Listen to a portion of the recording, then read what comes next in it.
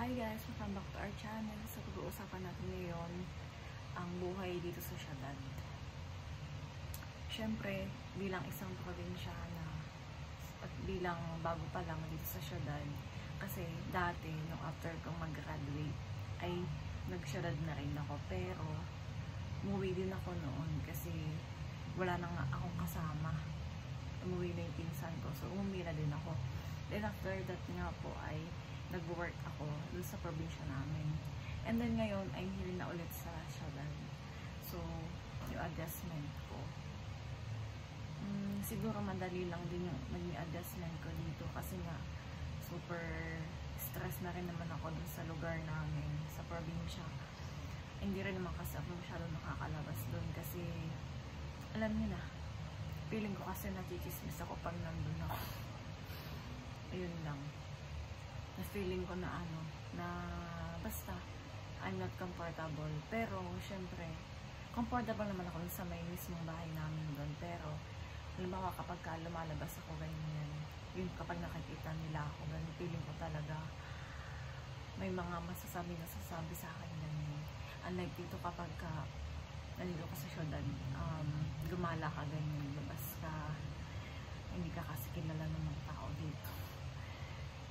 So, ang buhay dito sa syudad ay masasabi ko na okay lang. Kasi okay lang kapag chill lang yung samahan, tapos marunong ka mag-budget. Yun yung pinakang kailangan kapag nasa syudad ka, kasi nga hindi ka na depende sa magulang mo, hindi na ganun. Tapos kapag andito ka sa syudad, mag-renta ka ng house, lahat, gastos, ganun. Pero dapat maging matipid, ganyan. So kami, nung partner ko, kinakaya naman namin, ganyan. Yun, nasa na din, nasa strategy na din kung paano i-budget yung pera, ganyan. Tsaka dapat dito, magsisave ka pa din. Yun. Tsaka dito kasi dapat kapag para walang masyadong problem. Huwag pag-aawayan ng money. Wag, guys. Wag na wag. Kasi kami ngiti na lang kami ganyan. Okay lang yan. Kasi yung mahalaga dito is may pagkain ka. May pagkain ka ganyan. Tsaka may pamasahe, pagpasok ganun. Tapos, huwag maluho. Pero pag sa ulam man, kailangan syempre masustansya para yung makakain para may lakas ka. Ganyan. Bilang kapag syempre lalo kapag nag-work ganun, kailangan talaga yung masustansya yung kinakain mo. Hindi kami gaano nagtitipid pagdating sa food, pero hindi kami gaano kumakain sa mga fast food.